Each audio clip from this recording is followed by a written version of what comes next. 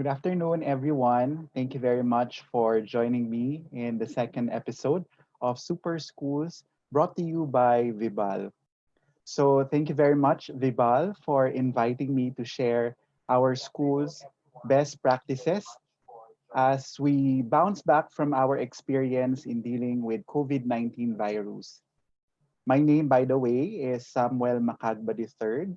I am commonly known as Teacher Sam or Sir Sam, and I am the principal of Xavier University Grade School, Ateneo de Cagayan. I'm also a part-time yoga instructor. So if you want to have an alternative exercise, especially during this time, you can follow me and my virtual yoga studio, Chakra Yoga Studio CDO. I am sharing this particular aspect of me since for those of you who are doing yoga or perhaps are interested to do yoga, maybe I'm hoping that I'd be able to encourage you to do so or at least try yoga to boost your leadership and your life as a teacher. My presentation for today is entitled Five Tips in Finding Resilience and Strength Amidst the Pandemic. I was asked to share about the best practices of my school this afternoon. I am not so sure, though, if our school would have something concrete to share because, earnestly, I must say that no one really was able to anticipate the effect of the virus, especially in the academe and in various educational institutions.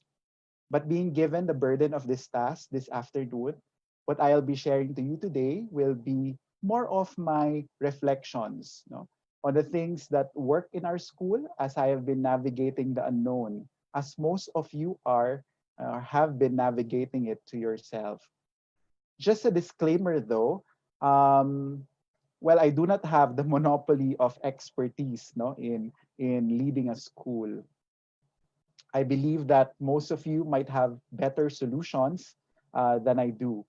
Again, this reflection that I will be sharing with you this afternoon are products of how I placed meaning in my practice as an educational leader and integrating it in my yoga practice. That's the reason why I mentioned about my yoga practice as well.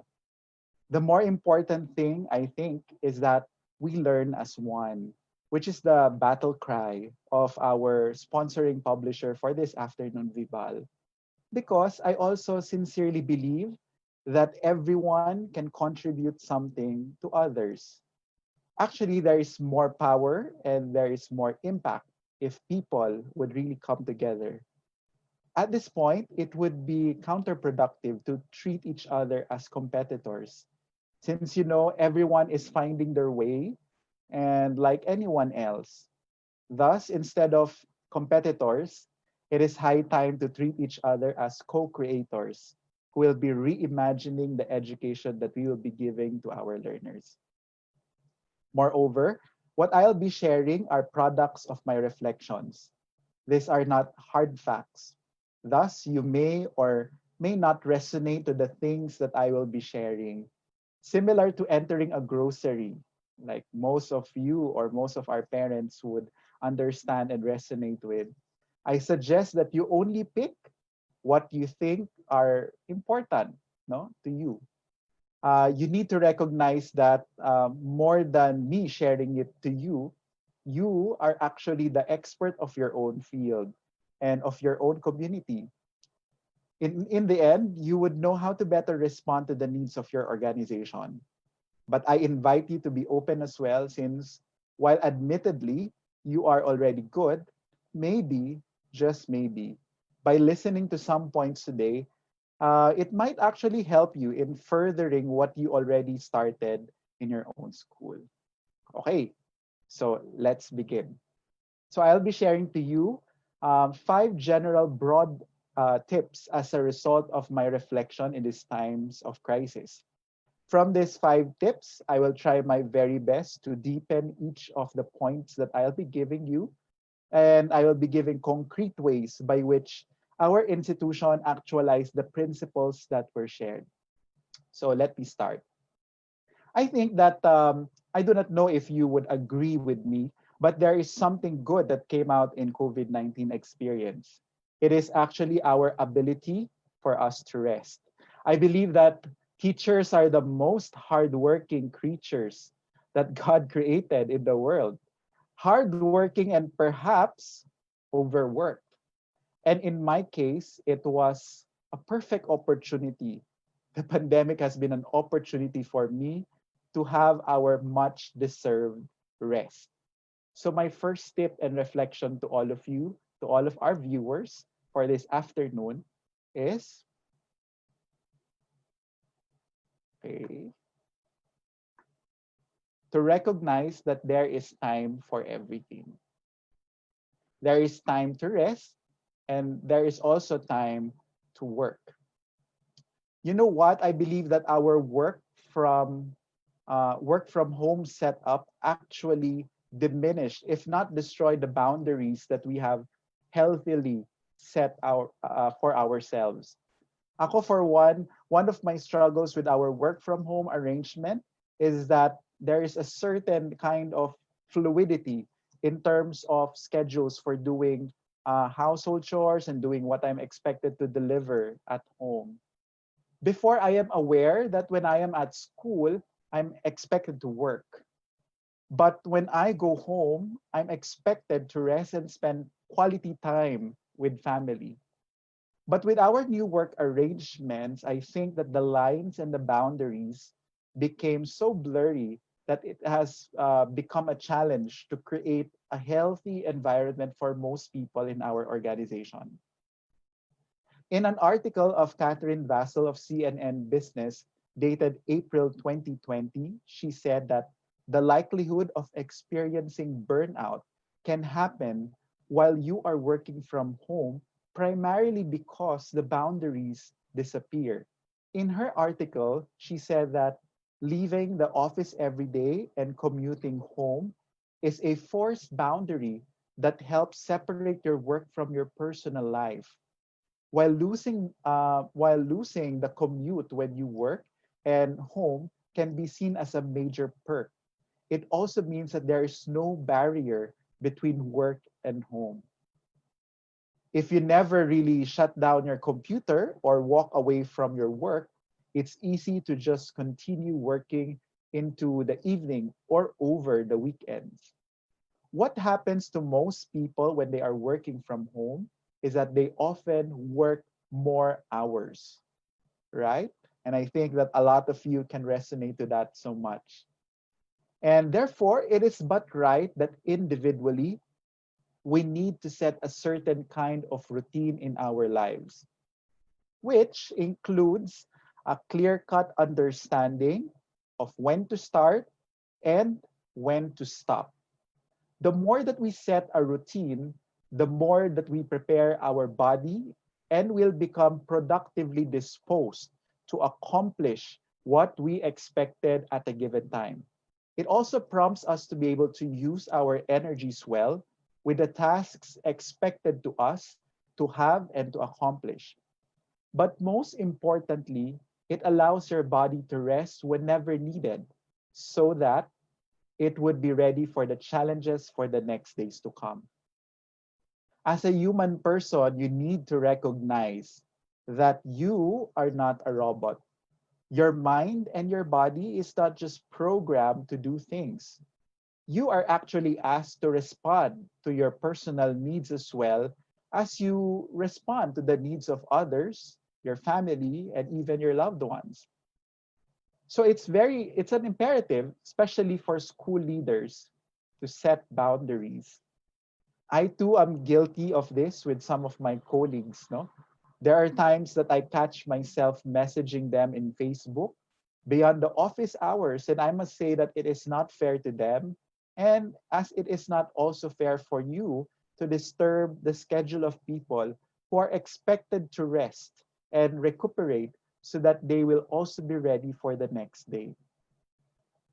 Organizationally, setting routines and time boundaries should be prepared by the leaders.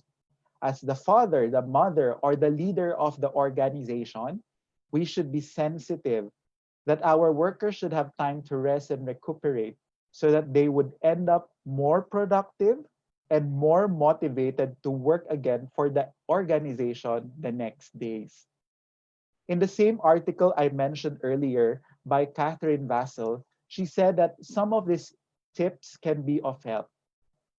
We need to institute other types of physical boundaries through routines like exercising before beginning or ending work, or during your lunch break, taking regular coffee breaks, or in a different location in your home, and perhaps chatting with a friend. Now, how does our first tip look like organizationally? So in our school, we have a Facebook page. No, I think that a lot of schools as well out there have their Facebook page of their own. Facebook page where most of our parents are part of, aside from our message cast, which allows to send school communication and school announcements to each of the registered mobile numbers of our parents. The official Facebook page that we have has been the go-to venue for our parents to be updated with the latest news and announcements that the school provides. Now, in a Facebook page, there is a message function, as you can see in the upper left-hand corner of your screen. And this is where parents get to ask all sorts of questions from tuition to enrollment to school culture to details of the card distribution, etc. This message found in the upper left is projected actually in your screen right now. And I'm not sure, no, but maybe it's just in our context. Our parents can be a bit impatient, no, in waiting for a response, no, coming from the administrator of our Facebook page. Some would have understandable context, no, like some of them are working for the whole day and would only have time, no, during the evening to ask questions and send message in our Facebook page. At first, my fellow administrators of the page have been tirelessly answering all questions at once, even if it's already in the evening. But because we recognize that there is time for everything, we need to set office hours by which we can only respond to questions. I think that there's a function there in the Facebook page if for Facebook administrators, like some of you who are watching, there's a function there that you're mentioning that you're away or that you will only be entertaining certain number of questions considering a certain schedule. In my yoga practice, recognition of boundaries is a crucial and vital aspect, and that this translates concretely in the way you set time to what you are supposed to do so that you'd be able to maximize the function of your body. No? So let's now proceed to the second tip. And the second tip I would like to share as a form of best practice in our school is to really allow the involvement of your community. You know, people like me, I speak for myself, no? I don't want to speak for the context of others. I would have the tendency to do things on my own. Why? Because you wanted to do things faster, especially when there are several deadlines that you need to meet. As I was even telling my wife, who is, by the way, celebrating her birthday today, happy birthday, my love. I have never worked so hard in my entire teaching career as I have worked hard in my life now. But my realization is that you will remain overworked if you do not unload the burden from your shoulders and share pieces of this load to your community members.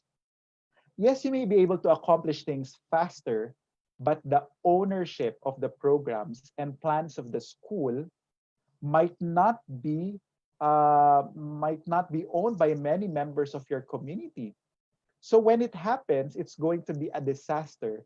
If you would just be, if you alone would have the ownership of your plan, especially in these uncertain times, always remember that collective ownership of the plans produced will yield collective responsibility and accountability. I would like to repeat that.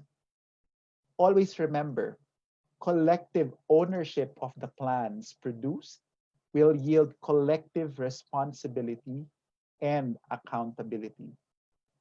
In our school, I try my best to be transparent with our plans. I think it is traditional thinking and mindset, no, of some leaders to continue such idea of having the monopoly of great ideas. Some leaders, kasi they think that I am a leader, I should have all the right ideas. No, right now it doesn't work that way. For me, there is much more humility from a leader who would say that I know some things and that there are some things that I do not know, but it's okay because I know that someone in my organization has something to share. Someone in my organization would have something to offer. Now, this for me sounds a leader who not just have humility, but at the same time has the capacity to trust his companions. So during this uncertain times when there was no plan yet for private schools, if we were given the permission to operate, I shared to my companions where the organization is at. Not just what I felt at the moment, but the organizational context where we are in. And my messaging has always been this, no? These are uncertain times, but you know what?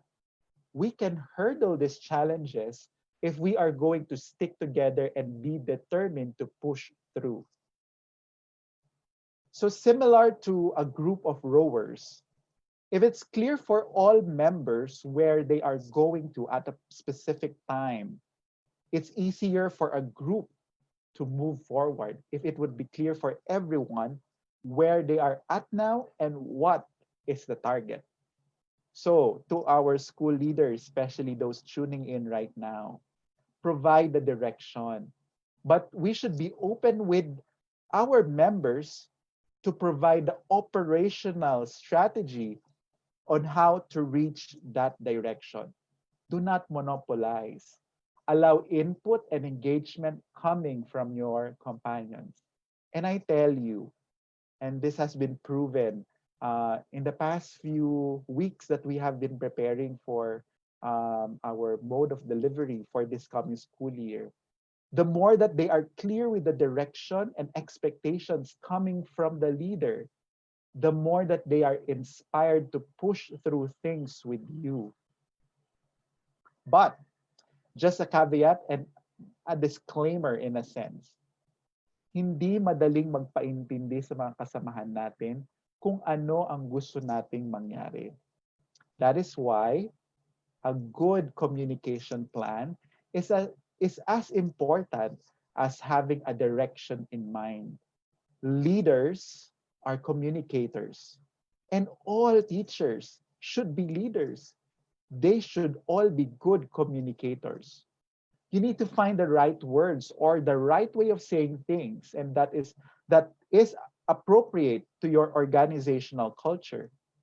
And no one can ever know the best way to deliver a news or to communicate things to your colleagues more than you do.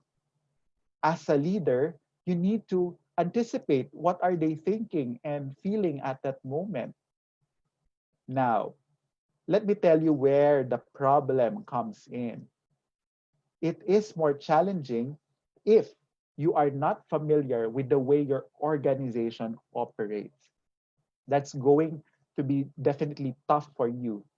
As a leader, it is vital that you understand how to communicate things based on the context of your companions. Making them involved in the affairs in the organization is a way also of boosting the morale of your people. And for me, at this point, when there's so much uncertainty and challenges, even financially, psycho-emotional, and even social challenges, boosting their morale is as important as managing targets that we set in school. In an article in Forbes.com entitled Company Survival Guide to Care for Staff During the Coronavirus Pandemic, written by H.V. MacArthur, written April 1, 2020, she said that there are other ways by which we can concretely boost the morale of our employees, creating a consistent schedule of virtual Teams meeting to ensure everyone is being looped in on updates, expectations, and next steps. Leaders should create one-on-one check-ins with each team members. This gives an opportunity for individuals to address personal concerns in private. Later, this will be discussed even more in the succeeding parts of my presentation. And in so doing, if we have these one-on-one check-ins, we create virtual or socially distanced opportunities for staff to connect and to feel, no, very important, to feel a sense of workplace community, operating with higher levels of compassion, kindness, and space for listening. I think that the first 2 points, though, substantially separate from each other, are two concepts interconnected in a sense. First, we need to recognize and respect the spaces and boundaries that we have. In so doing, when there is that respect in the space of each one, we would know how to encourage them to participate in building our organization even further. As we involve them, and the more that we listen to the deepest longing and depths of our companions' hearts, the more that they would be motivated to contribute to reimagine the kind of education we are going to provide to our learners. Now, let me go back and connect it to my yoga practice. In yoga, this concept can be similar to the idea that the best actualization of poses, no? Because in yoga you do a lot of poses, would actually come from those who are internally ready and motivated. Thus, in yoga, no one forces anyone to participate, but our yoga teachers would always encourage us to give our best while listening to the depths of our hearts. Now, let me go to the third tip. The third tip is work smart and do not strive to be overly perfect. In a research article written by Professor Gordon Flett of the Psychology Department of York University in Toronto, Canada, so we have here um, there is a new condition that arises as a result of this pandemic called perfectionism pandemic. Okay, what Professor Flett is saying is that because of the overwhelming situation that everyone is already experiencing at the moment, it actually triggers and heightens feelings of helplessness. But this will be especially true for driven perfectionists who are troubled by their lack of control. These remarkable people will, in all likelihood, keep pushing themselves beyond the point of exhaustion. They are driven by the pressure they feel to live up to the exceedingly high expectations imposed on them by other people and society in general. The COVID-19 pandemic may increase a person's tendency to ruminate on a past failure or not being perfect. People who either live with perfectionists or are perfectionists themselves or in isolation with a partner are more likely during the pandemic to wear on each other and experience conflicts. Right now, workers feel trapped in a situation they cannot change and may feel extreme pressure to be exceptionally productive while balancing family obligations. No? The pandemic may affect the sense of self and identity as the severe disruption to daily routines can impact those who are motivated by their goals. They may work obsessively now, or if they can, will be driven to make up lost time, which can lead to more burnout. I know that at the beginning, when we were still grappling with the terms and setup of remote learning, whatever is the context in your own organization, we resonate completely to these things. No? Actually, I'm not sure if you would resonate similar to me, but I felt that we are like people who were thrown in an open sea. And I think that when we are thrown in an open sea, I guess it's not a matter now of how good we swim or the theories behind swimming. In the end, when we are thrown to an open sea, our main goal is to survive. Whatever swimming stroke you can think of, it doesn't matter as of the moment, as long as you come out alive and that you would already be fine. I think that working with talented and intelligent teachers, sometimes we have the tendency to be overly perfectionist. And a lot of times, my bosses would always tell me, you know what? The enemy of the good to persist will always be the striving for perfection. Let me repeat that. The enemy for the good to persist is as we always strive for perfection. In a school setting, this has been a concern kasi teachers are very talented and has a lot to offer. And sometimes because there are a lot of good ideas in the table, the work remains undone since we have been critical with the nitty-gritty details that we forget about the real objective and the direction of the organization. Actually, the pandemic pushes us in the open. And I must say that being pushed in the open has its benefits since we too are brought out no, from our comfort zones, like what they say, diba? The great adventures are not necessarily those that are well planned, but those celebrated and experienced with fun facing the risks.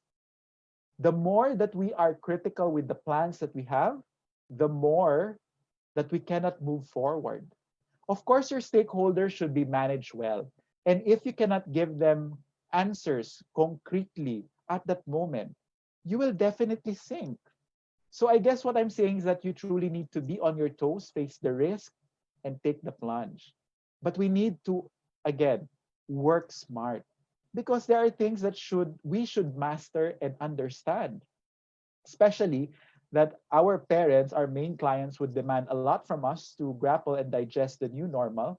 It should be clear in our minds, no? What are our programs? When we say program, it means four things. What are our structures? Is it quarterly, semestral, trimester? How will our daily schedule look like? What are our policies? What will be our requirements? What will be our forms of assessments? How will we engage students? What is our definition of how learning has successfully taken place? What are our practices in terms of setting routines and managing classroom? While these questions are kind of basic, you need to know and have an answer for your clients. But again, I urge you and challenge you not to strive for too much perfection. We need to understand that what we are going through here is an ongoing process of polishing and making things better. We need to kill expectations that we will do amazing at the onset of our implementation of this remote setup. So, at the same time, wag munang maging no, or negative, being so pessimistic. No, that would not work. Ang hirap naman ng idea na pinopropose mo. No, this will not work. No, this times it's a perfect opportunity for you to really explore and be more adventurous, to do new and try new things. The simplest or even the craziest ideas might just be the best thing that could have been tried, no, tried in your organization. Okay. Now, why do people are determined to be perfect? because we live in a society where most people equate mistakes as a failure. But we teachers should have a better notion of mistakes as a learning opportunity.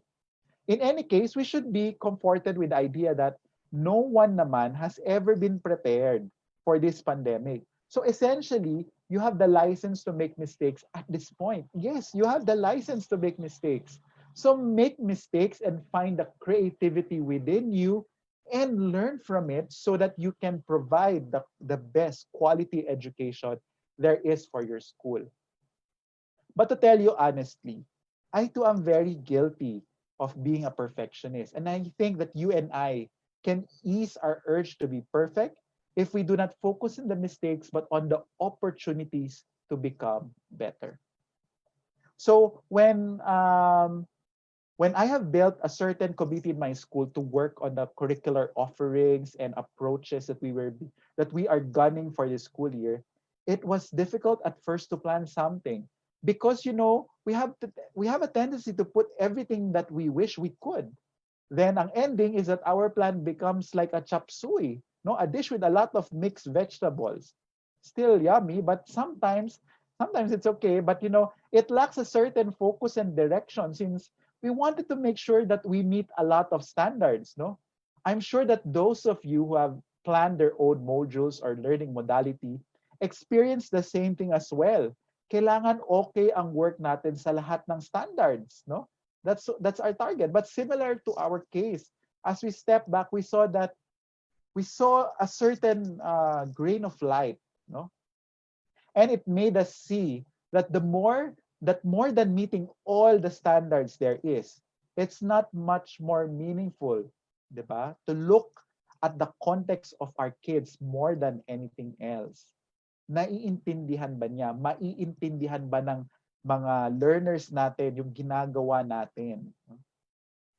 What this scenario taught us is that we were trying to be too perfect to the point that we miss hitting our real target. It's like being thrown out in an open sea and then we become more focused on having the best form or the best swimming stroke and forgetting rather that our real goal was to survive. So in yoga, being a perfectionist would be detrimental and even have a tendency to injure a particular person when he or she pushes himself or herself to do certain yoga poses. In a similar manner, I think this is what being a perfectionist does to you as a school leader and as a teacher as well. It might be able to injure you or the organization in general if you become too critical with the things that you ought to do. So let me proceed to my fourth tip.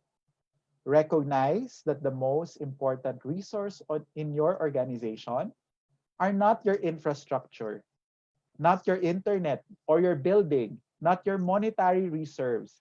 It has and always have been your human resource, your teachers, your staff, and also yourself.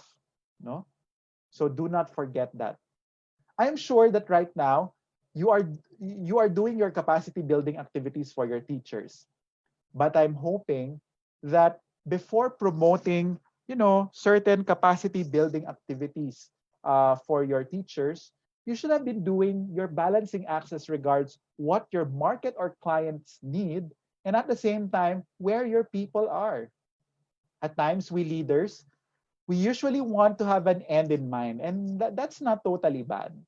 But sometimes we forget the frontliners of the plan we wish to consider.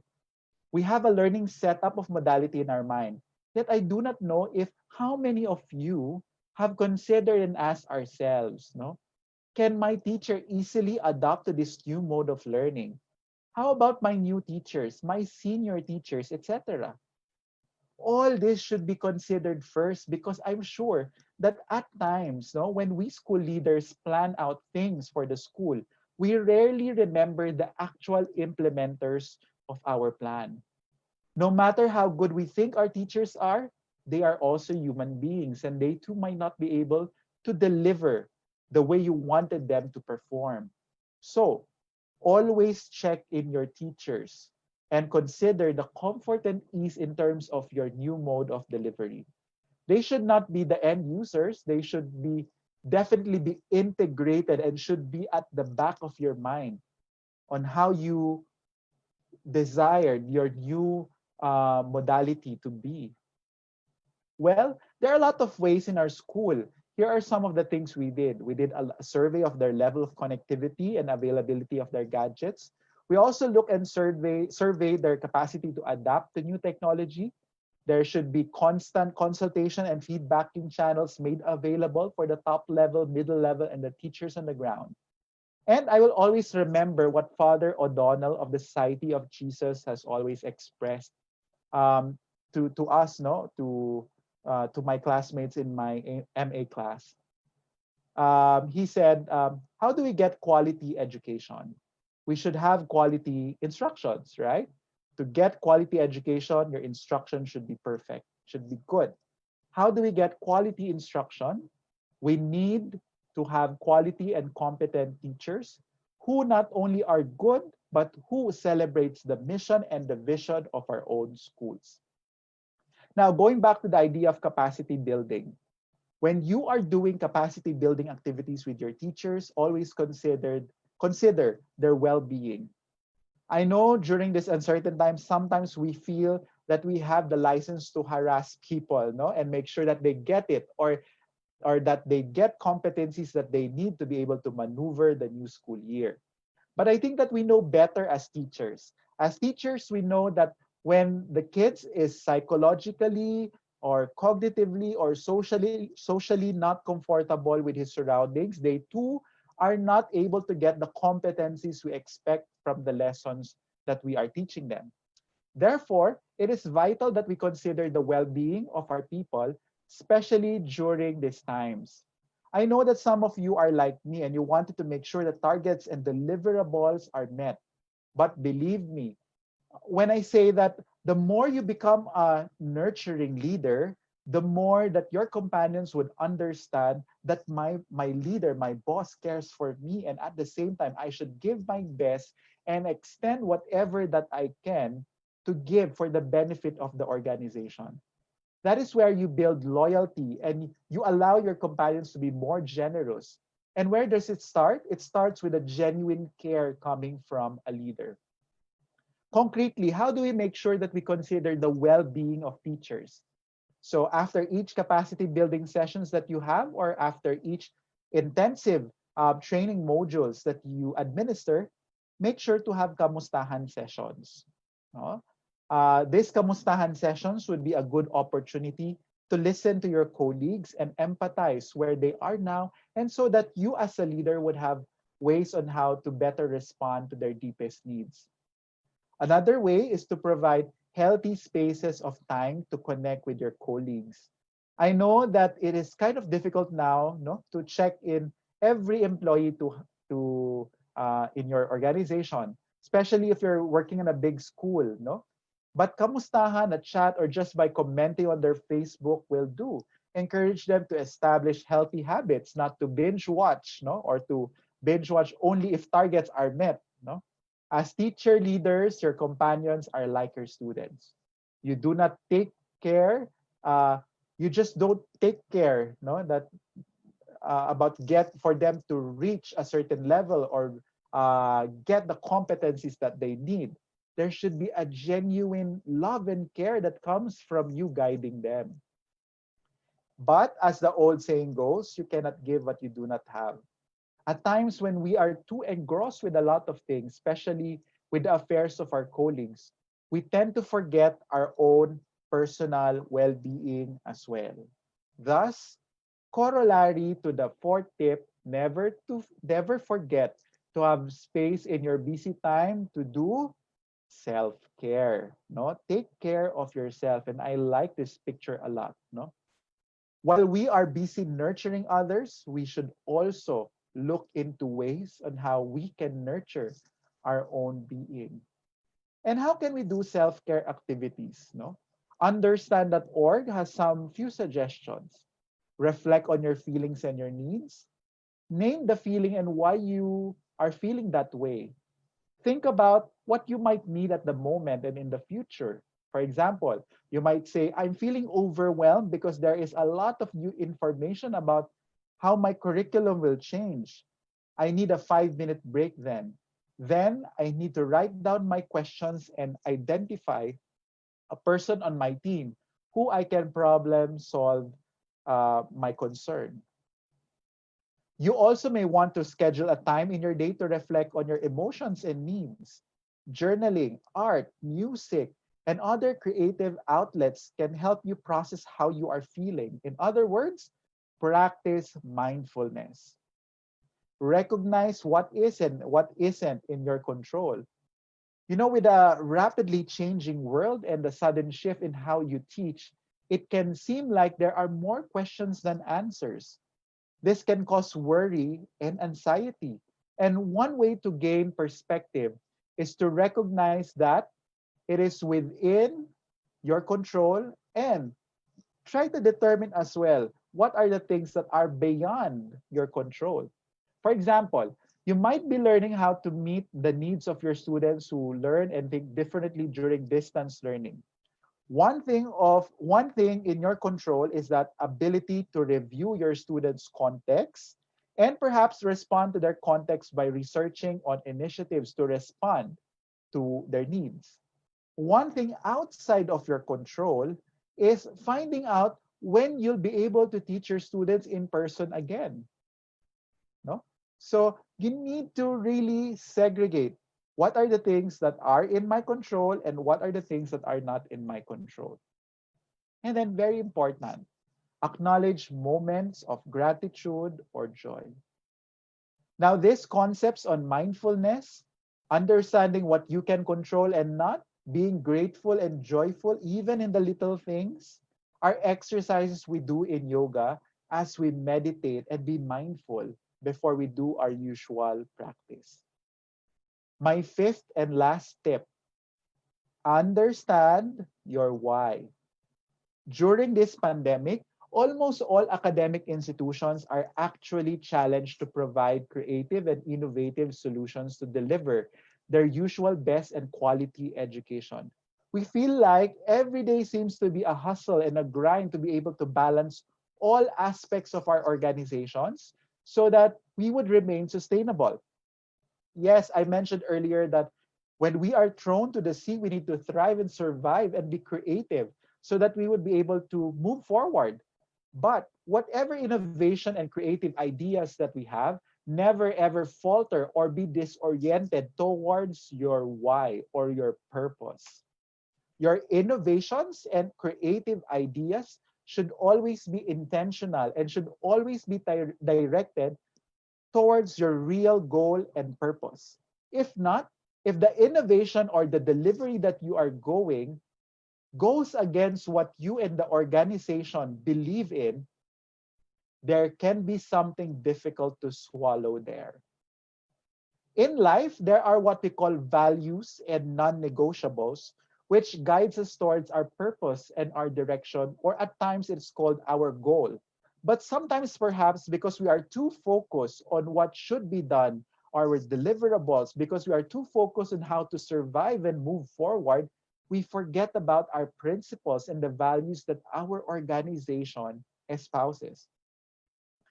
I understand that a lot of you might have been focused on making sure that your academic primers, like what we did in the past few weeks, are ready or the policies of the schools are in place.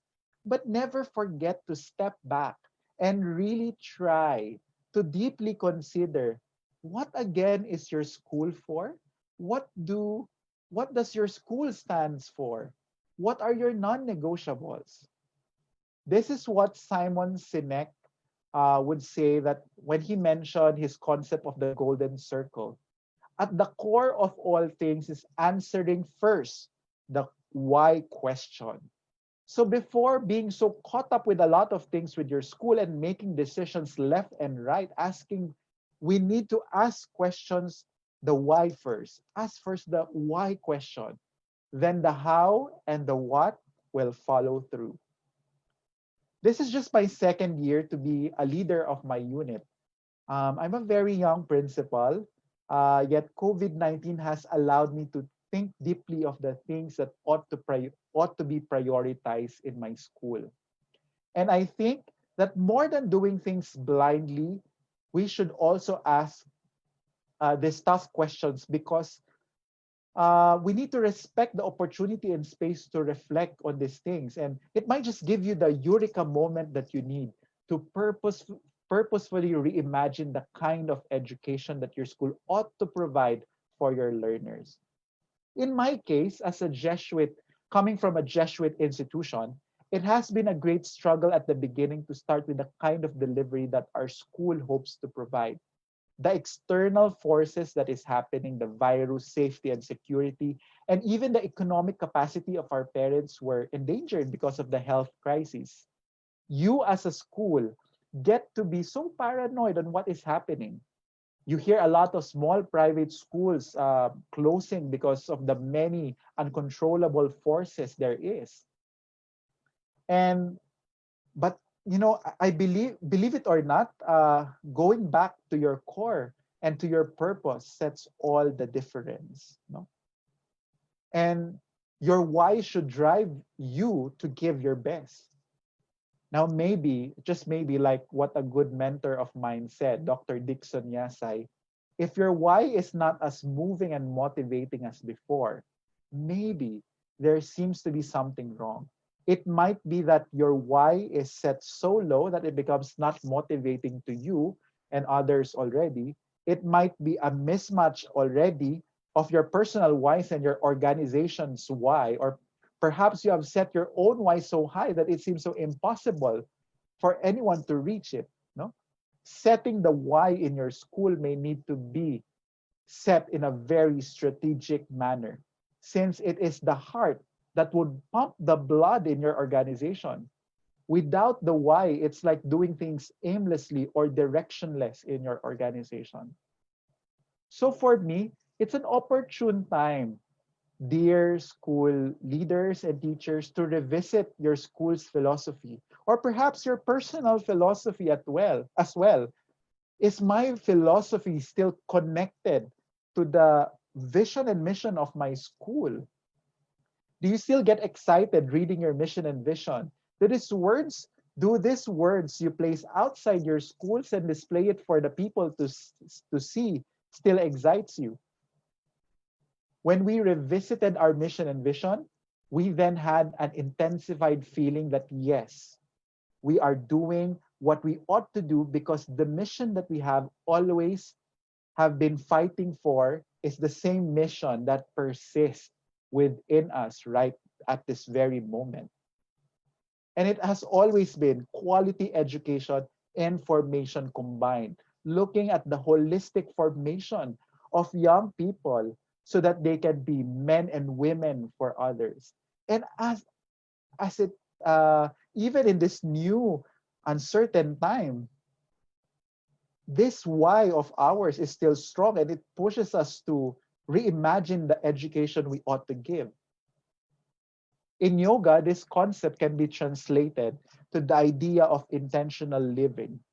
You move and breathe according to your intention.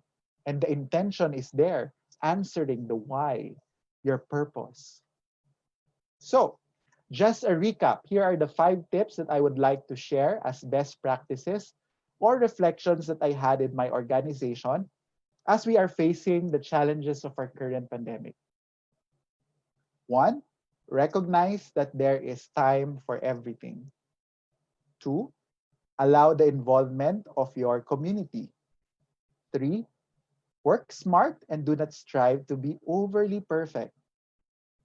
4, recognize that the most important resource has and always have been your human resources.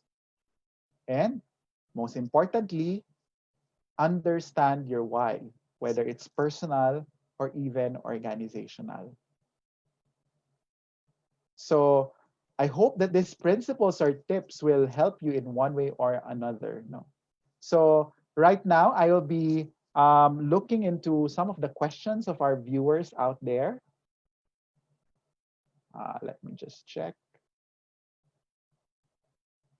So we have here questions. Let me check.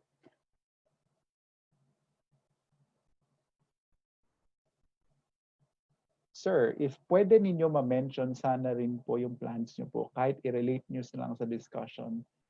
Oh, yes. Actually, we already did that. Okay. Okay. Do you think teacher is the most important resource? We have here a question from Leonora Pastor Albios.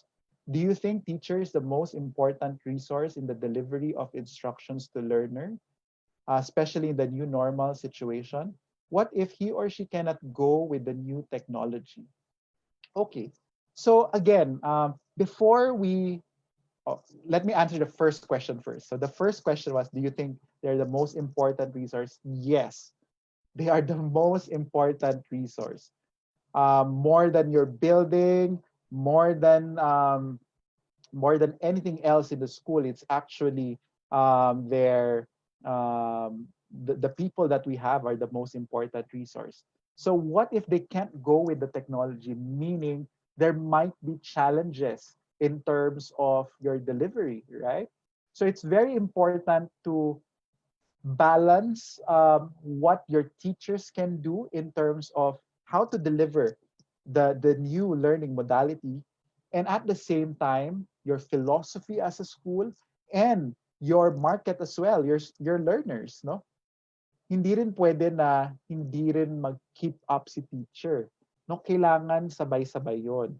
So it's very important that you really assess and find ways, no? That's why in a school it's very important right now to have a technology specialist, no?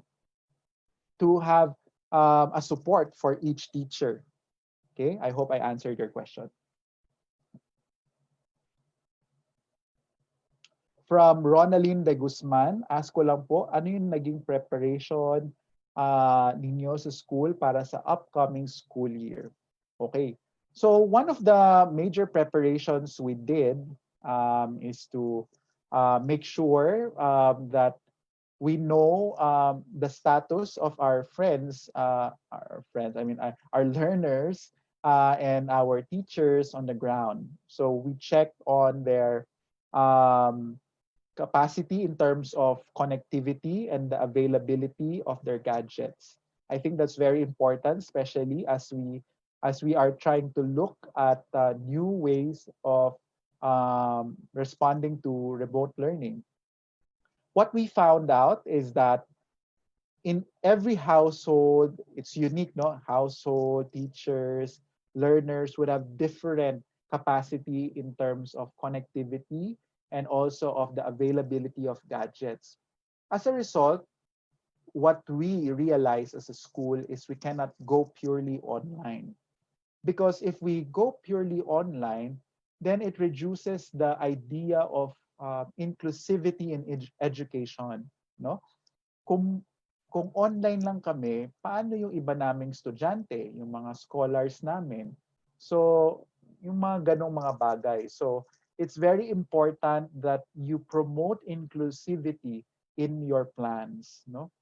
So, after assessing the level of connectivity and the availability of gadgets from our learners and our teachers, then we try to establish which online platform can best maximize the learning opportunity of our stakeholders. And also, just as recently, what I learned is it's also very important, no, to make sure that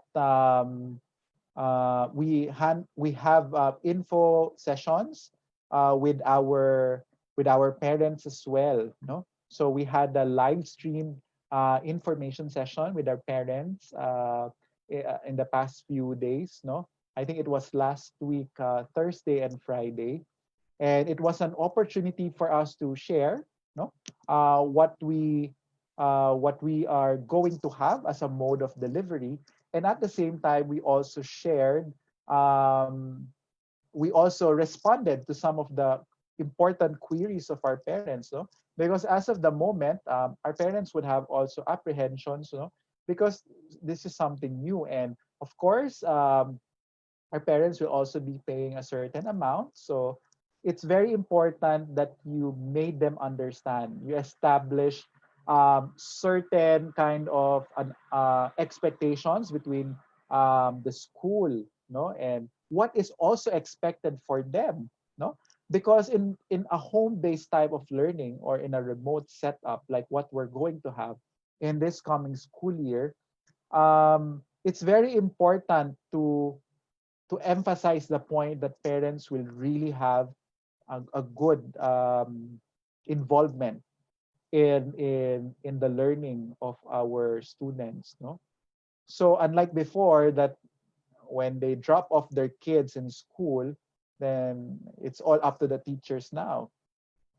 But even before, no, even before, it should be, and it has always been, no, that there should be a strong linkage and partnership between the school and the home. And I think that this is a good opportunity right now, no, to intensify that interaction even more. So right now, we are in the phase of making sure that we have capacity building exercises for our teachers to be very much aware of our online platform that we choose, and so that if there are no learners left behind, there shouldn't also be no teachers left behind. And in our school, we are diversifying our delivery of home base. So as I mentioned earlier, we have categorized our learners into one, those with good connectivity and with available gadgets. No, so for these students, we have synchronous learning and a combination of synchronous and at the same time asynchronous learning. There are also some students who have limited connectivity, meaning there are times na okay yung connectivity niya, meron din times na hindi rin okay, no? So, and then limited connectivity and limited gadgets, no? There are some kasi that in a household, there are four of them siblings, and then it would be difficult for them to actually manage their schedule. So that's category B of our students, no? So for these types of students, they are given asynchronous sessions all the way, no? Unlike with those with good connectivity and available gadgets, no? They can do synchronous or asynchronously. But for our category B, they will be doing all asynchronously. Okay. The third type of category of students which we are responding to are those with no, not limited, no connectivity and no available gadgets at home. So if this is the case, what we usually will be what we will be doing is that they will be picking up some of our learning packets, no, that will be made available to them, that they can pick it up from school, and their outputs will be delivered in school as well. So these are some of the plans that we have in our school. Okay, sige. I think that that concludes our second session for our super schools brought to you by Vibal. And in yoga, every time we end a session, we say Namaste, which means that the light in me bows down to the light in you. Always know, my dear teachers and all the viewers of today's super school session, that there is good in each one of us. And no matter how uncertain these times can be, there is strength, peace, and resilience that springs forth from within each one of us. So God bless you, and I hope that I have shared something worthy of your time and your presence, even if it's just virtual.